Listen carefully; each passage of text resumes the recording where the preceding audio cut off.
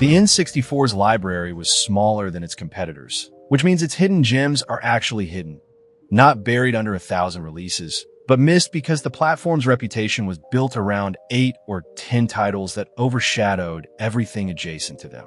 These games were close to greatness on the same hardware and never got the credit they earned.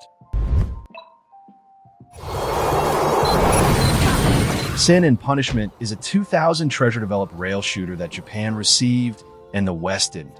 It stayed Japan exclusive until a virtual console release in 2007, which means most N64 players never had the chance to miss it.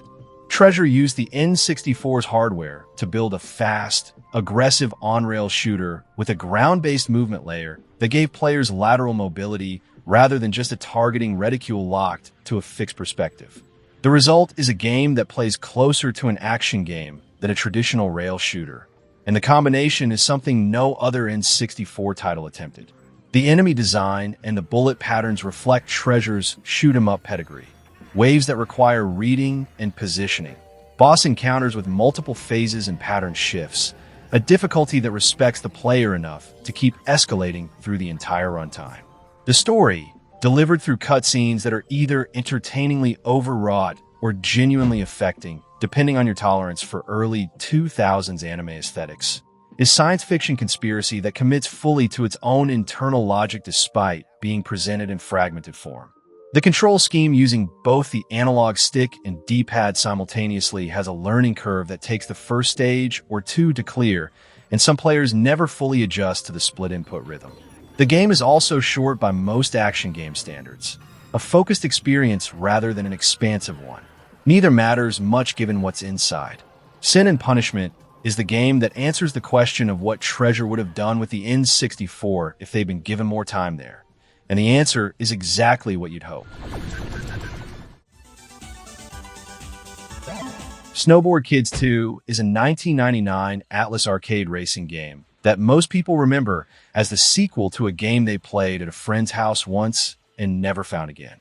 The original Snowboard Kids was itself an obscure release, and the sequel arrived with even less commercial momentum behind it, which meant that one of the better multiplayer racing games on the N64 existed in relative obscurity throughout the console's commercial life and has stayed there since. The item system, which gives racers pickups that affect their own performance and deploy attacks against other racers, is tuned with more care than the casual aesthetic suggests. Items are drawn from the course's item boxes and categories that determine what you get based on where you are in a race, which means last-place racers get more aggressive offensive items while leaders get more defensive tools. That mechanic keeps races competitive without making them feel random, and the balance across the roster's different stats and handling profiles is tight enough that character choice is a meaningful decision. The course design has variety that the small scope of the game's development budget wouldn't suggest. Each track has a visual theme, a distinctive layout, and enough shortcuts and alternate paths that the race feels genuinely explorable on repeated play. Snowboard Kids 2 is not a deep game, but it's a well-made one, and the multiplayer sessions enables are exactly the kind that keep 4 people in front of a TV arguing for 2 hours longer than they planned. Banjo-Kazooie is a 1999 treasure shoot-'em-up that barely made it to Western markets and arrived to almost no audience when it did. The mechanic at its center, a lock-on system that fires homing missiles at every enemy on screen simultaneously, with the number of missiles scaling to the number of nearby enemies and projectiles, creates a feedback loop where being surrounded is actually advantageous. More enemies means more missiles means more destruction, and the moment of triggering a full-screen missile barrage surrounded by dozens of projectiles is the game's signature experience. The puzzle shooter hybrid structure asks players to read each room before engaging it. Which angle of approach maximizes the missile count? Which enemies need to be destroyed first to prevent the ones behind them from closing range? How to use the environment's geometry as both cover and deflection surface. Each room is a tactical decision presented at arcade speed, which creates a rhythm of pause, read, explode that most shooters don't attempt. The difficulty is high in ways that require actual understanding of the systems rather than just reflexes, and the game provides minimal tutorial for mechanics that take genuine time to internalize. Banjo rewards the players who engage with it seriously and provides almost nothing to players who approach it casually. That's a narrow audience, and it explains the commercial result. The players who found it and understood what they were playing tend to consider it one of the best games Treasure made. Mischief Makers is a 1997 side-scrolling action platformer from Treasure that operates by rules so specific to itself that nothing before or after it quite resembles it. Marina light years grabs, shakes, and throws almost everything in the environment. Enemies, projectiles, environmental objects, and the ground itself. And the game builds its entire mechanical vocabulary around those three verbs. Grabbing a projectile mid-flight and throwing it back at the enemy who fired it. Shaking an enemy to extract power-ups before throwing them at another enemy. The move set sounds limited and creates a game that rewards creative application of simple tools in ways that most 2D platformers with larger move sets don't achieve. The level design commits fully to the grab-shake-throw framework without apologizing for how unusual it is. Boss encounters are puzzles that require reading what the environment is offering you as throwable material and what the boss's vulnerabilities respond to. Some of the best sections drop Marina into spaces where the correct solution is not obvious, but makes complete sense once discovered, and that discovery rhythm keeps the difficulty from becoming the primary memory. The emotional tone catches players off guard. Mischief Makers has a story about loyalty and identity that the visual style doesn't advertise, and the ending lands with more weight than the cartoon presentation earns any right to expect. Treasure's facility for building mechanical depth into systems that look simple is fully present here. And the N64 library has very few games that feel as completely themselves as Mischief Makers does. Hybrid Heaven is a 1999 Konami action RPG that fused real-time wrestling-style grapple combat with RPG stat progression in a science fiction setting, and the combination shouldn't work as well as it occasionally does.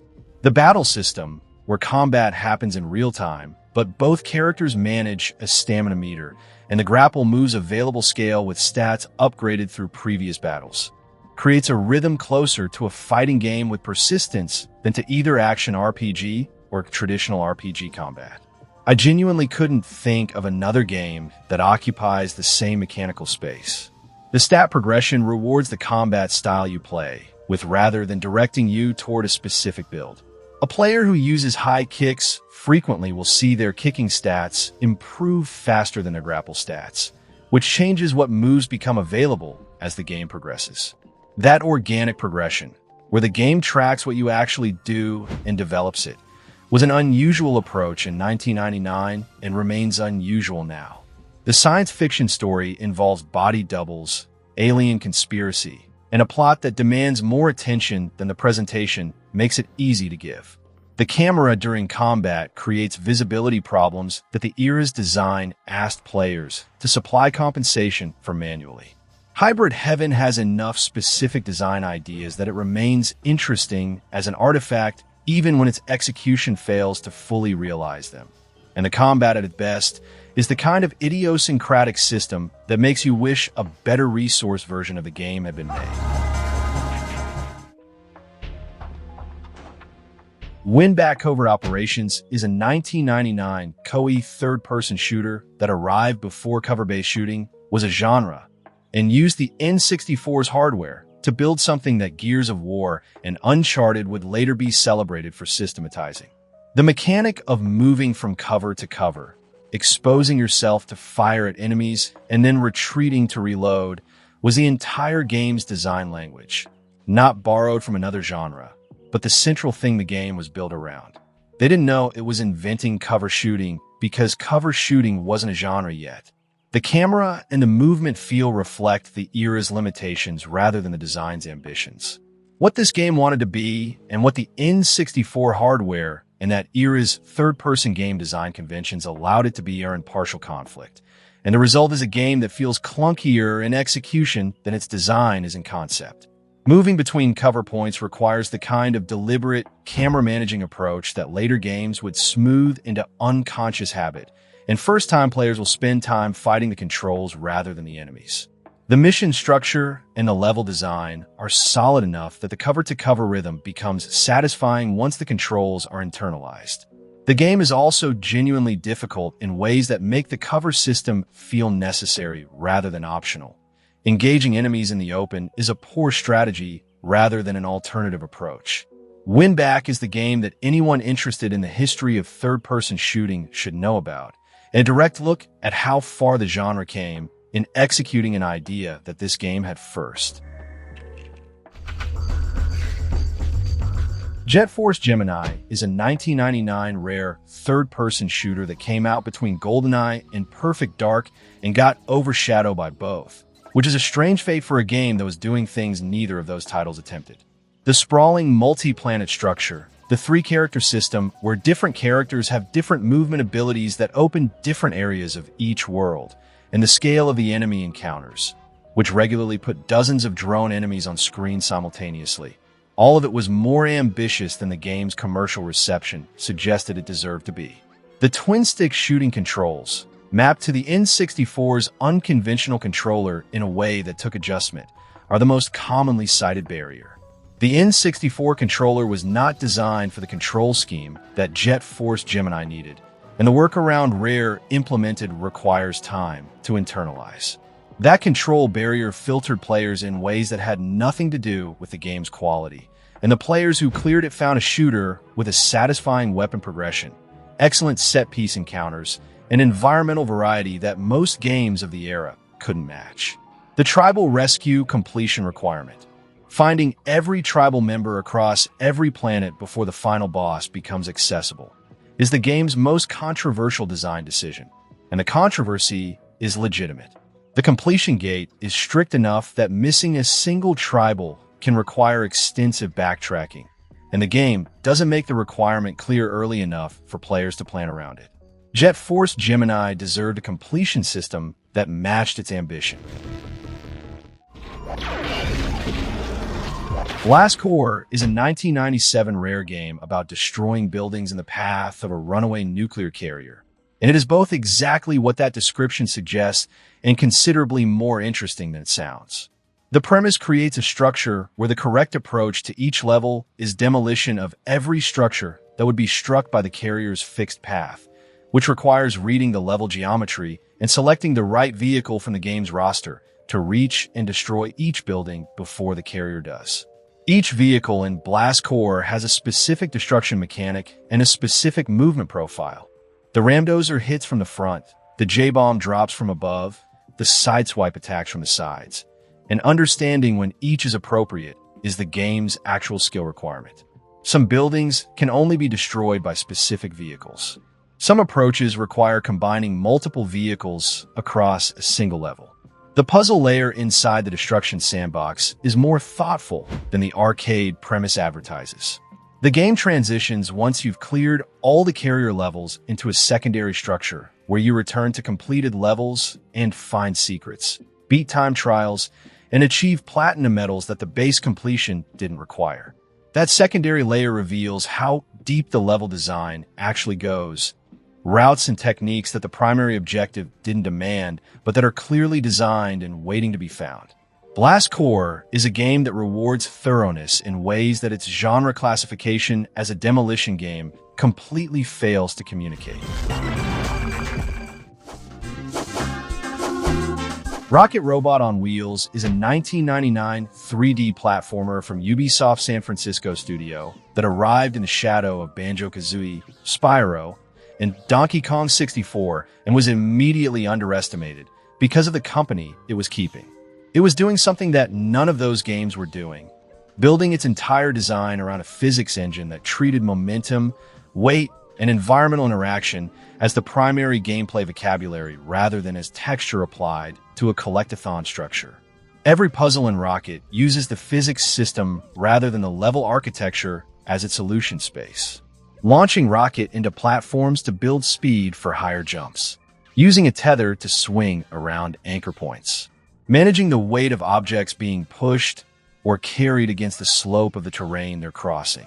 The physics feel genuinely sophisticated for the time, makes exploration feel exploratory in a way that most 3D platformers of the era didn't, because the correct solution to many situations is emergent from the physical rules rather than authored into the level layout. The game's short length relative to contemporaries works in its favor. The physics system stays fresh across the runtime because the game ends before it runs out of ideas rather than padding what it has. The character design is charming without being distinctive, and the story is a thin frame around the platforming rather than a narrative worth engaging with. None of that diminishes what Rocket achieves mechanically. It's a physics-based 3D platformer that holds up against physics-based 3D platformers made 20 years later. Space Station Silicon Valley is a 1998 DMA-designed puzzle platformer where you play as a microchip possessing the bodies of animals on a space station whose systems have gone haywire. And that premise is the most normal thing about it. The mechanic, taking over different animal bodies, each with distinct physics and abilities, and using what each body can do to solve environmental puzzles, creates a problem-solving sandbox that the game uses inventively across its full runtime. A bear body for strength and a penguin body for ice resistance are not interchangeable, and knowing when to abandon a body for a better-suited one is the actual skill the game develops. The level design is built around the body-switching mechanic in ways that require thinking about what the current animal can do before thinking about where to go. Some areas are inaccessible without a specific body type that requires finding and possessing. Some puzzles require dying in one body to respawn in another position while retaining access to the switch. The game invites experimentation and rewards it rather than directing players toward predetermined solutions. DMA Design, the team that went on to make Grand Theft Auto, is visible in the sandbox thinking and the willingness to let players find unconventional approaches. Space Station Silicon Valley was a commercial near-miss rather than a failure, but it disappeared from the conversation fast enough that most players who remember it do so as a half-memory of something they played once. It deserves better than that. Mystical Ninja starring Goemon is a 1997 Konami action-adventure that represents one of the stranger culture collision products Japanese gaming produced in the N64 era. A feudal Japan setting filtered through absurdist comedy, giant robot boss battles borrowed from Super Sentai television, and a town-to-dungeon structure that was attempting open-world adjacent design before open world was a genre. The overworld connecting the game's dungeons and towns is explorable with a degree of freedom that was unusual for 1997, and the game populates it with enough collectibles, side activities, and NPC interactions to reward the exploration. The four-character party each handle differently in combat and have different tool sets for navigating the environment. Switching between them based on what the current situation requires is the game's mechanical core, and the dungeon design is built around scenarios where having the right character active matters. The combat is simple enough that it's never the challenge, but the character switching creates a puzzle layer above it that keeps encounters from feeling purely reflexive. The giant robot sequences, where the team combines into a mecha for giant boss battles with QT flavor combat, are a spectacle that the N64 hardware renders more impressively than you'd expect, and the tonal shift between the grounded overworld exploration and the super robot battles is one of the more genuinely strange design choices a Konami game has made. Mystical Ninja commits to its own weirdness completely, which is either the reason to play it or the reason to be warned. Quest 64 is the N64 game that exists in gaming culture primarily as a punchline. The JRPG that shipped on a platform star for JRPGs and turned out to be the wrong answer to the right question. The criticism is real. The story is thin. The world is small. The combat system has less depth than the platform's audience was looking for, and the game's release timing positioned it against the PS1's expanding JRPG library in a comparison it had no hope of winning. What the punchline misses is the magic system, which is genuinely interesting in a way that nothing else about the game prepares you for. Spells are learned through use. finding tomes that teach new abilities and then developing those abilities by casting them in combat. And the element combinations that become available as your magic levels increase create a character development system with more flexibility than the level structure suggests. A character built around fire magic plays through the same environments differently from one built around water or earth, and the combat, while simple, has enough variety across those builds to reward experimentation. The world's small scale works against it in every way except one.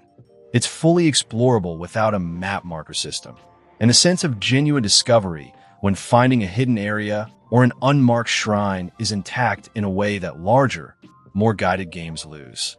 Quest 64 is not a good JRPG. It contains a good magic system and a navigable world inside a game that deserved better in almost every other dimension, and that partial credit is what keeps it on this list.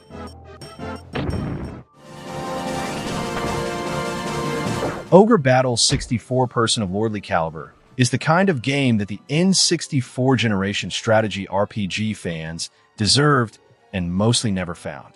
The real-time tactical structure, deploying squads across a map and managing their composition and alignment rather than controlling individual units in turn-based engagements, is a format that requires serious investment before it reveals itself, and the N64's library gave players almost no context for what they were looking at. Most copies went unopened or returned to stores within a week. The alignment system is the game's most demanding and most rewarding feature. Every recruitment decision, every town liberation, every captured prisoner's fate shifts your characters along a moral axis that determines their class promotion options, their combat effectiveness against certain enemy types, and which story branches remain available. The game tracks decisions players don't realize matter in the moment, a pattern of behavior across 30 hours that shapes the ending and the characters available to reach it. Discovering a promotion path that had been unavailable because of alignment choices made 15 hours earlier is one of the more genuinely surprising mechanical revelations the console RPG format has produced. The story has a political weight that most N64 games weren't attempting. Competing factions with legitimate competing claims, betrayals that make sense within the narrative's own logic, a protagonist position between ideologies rather than clearly on the right side of history. Ogre Battle 64 is asking questions that strategy games rarely ask, and it's asking them through the game's systems rather than through cutscenes alone. Body Harvest was developed by DMA Design, the studio that would become Rockstar North, and released on the N64 in 1998. The third-person structure, the drivable environments where you could steal and operate multiple vehicle types, the mission-based progression through large open areas. All of it is recognizable as an early draft of what GTA 3 would formalize 3 years later on PS2.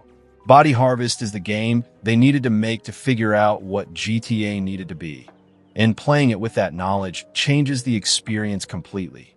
The alien invasion setting gives the open environments a purpose that pure sandbox design doesn't always provide. You're destroying alien time machines, harvesting humans across multiple historical periods, and the mission objectives give the vehicle theft and combat direction. The game uses its large environments better than most contemporaries because it was thinking about how players would naturally move through them rather than just building large spaces and filling them with content. The hardware gap between what they wanted to build and what the N64 cartridge format could support is visible in the sparse environments and the limited draw distance. Body Harvest is a rough game in ways that reflect both the era and ambition exceeding resources. But the design intelligence inside the roughness, the open structure, the vehicle variety, the way mission objectives use the environment rather than exist inside it, is the same intelligence that would eventually produce one of the most influential game franchises in history.